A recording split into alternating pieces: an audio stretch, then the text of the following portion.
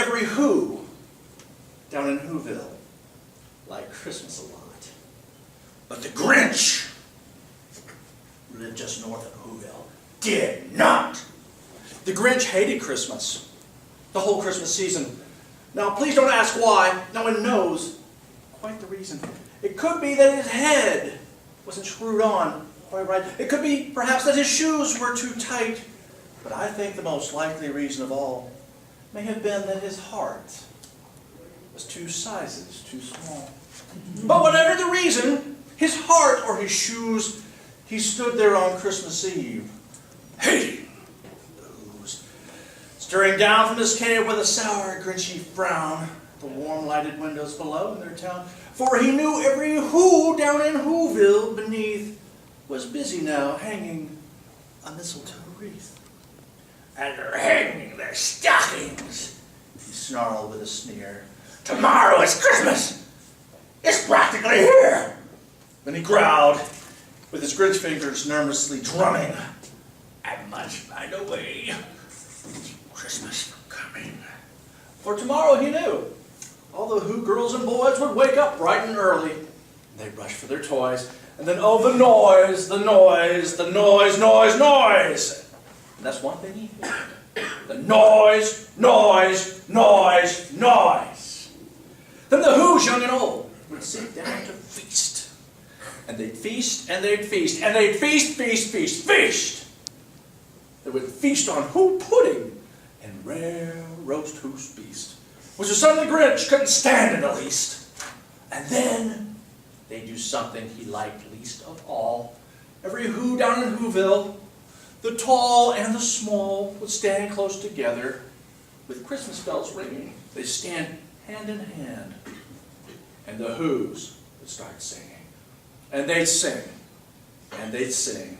And they'd sing, sing, sing, sing. And more the Grinch thought of the Who Christmas sing, the more the Grinch thought, I must stop this whole thing.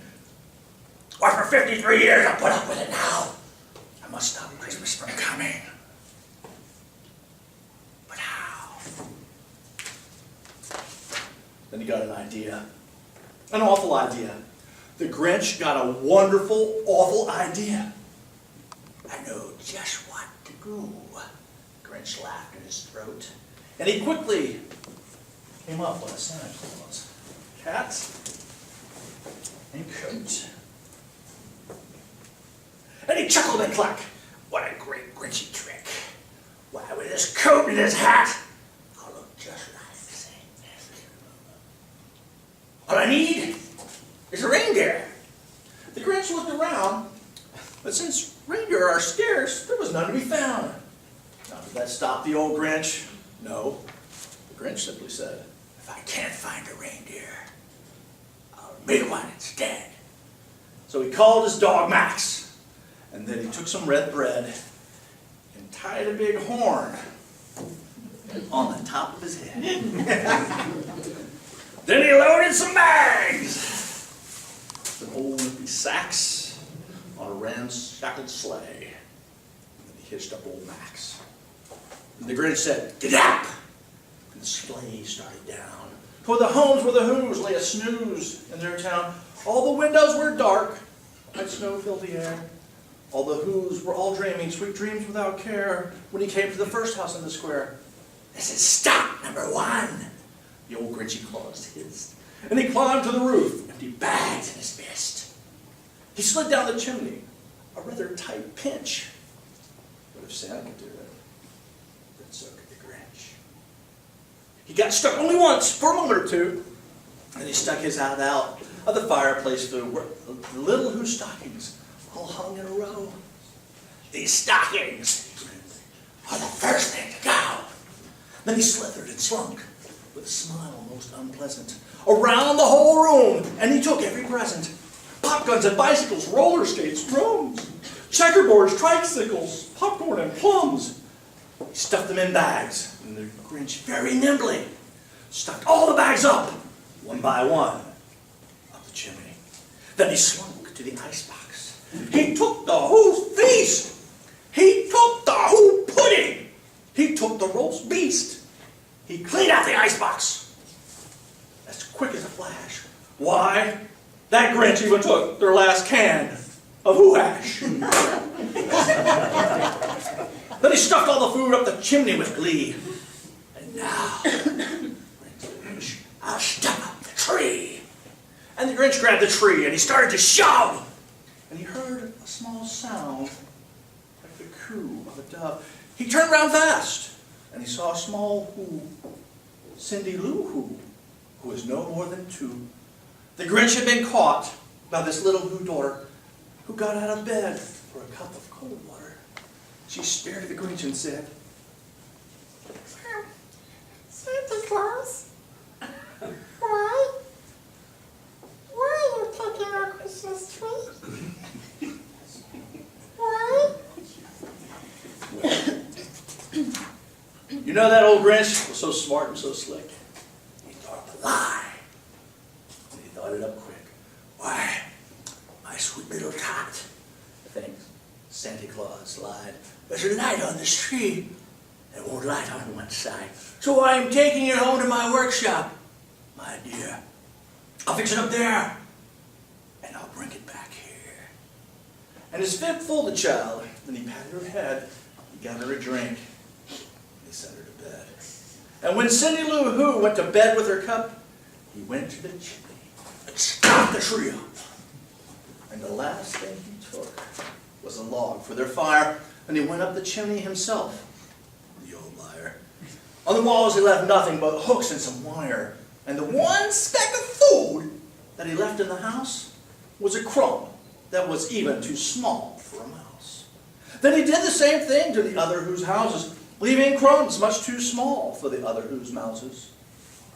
It was 1/4 dawn, all the who's still in bed, all the who's still to snooze, when he packed up his sled, packed up their presents, the ribbons, the wrappings, the tags and the tinsel, the trimmings, the trappings.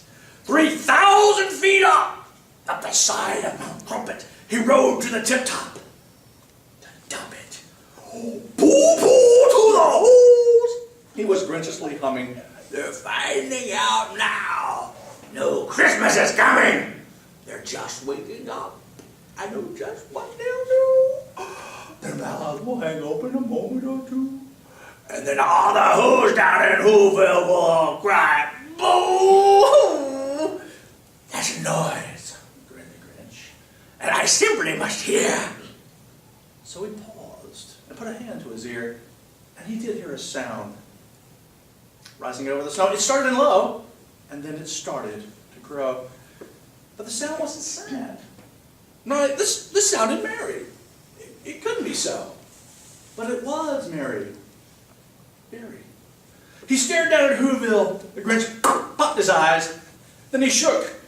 What he saw was a shocking surprise. Every who down in Whoville, the tall and the small, was singing without any presents at all. He hadn't stopped Christmas from coming. It came. Somehow or other, it came just the same. And the Grinch, with his Grinch feet, ice cold in the snow, stood puzzling and puzzling. How could this be so? It came without ribbons. It came without tags.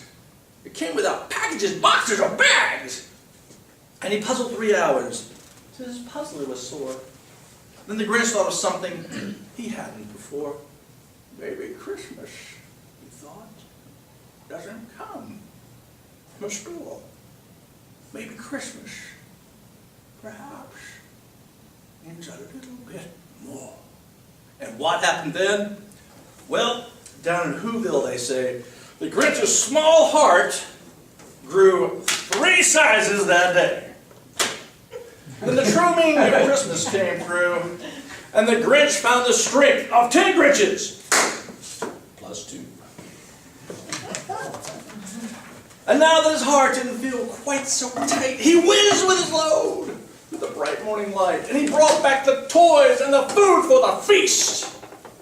And he, yes, he himself, the Grinch, carved roast beef. Toastmaster Interpretive.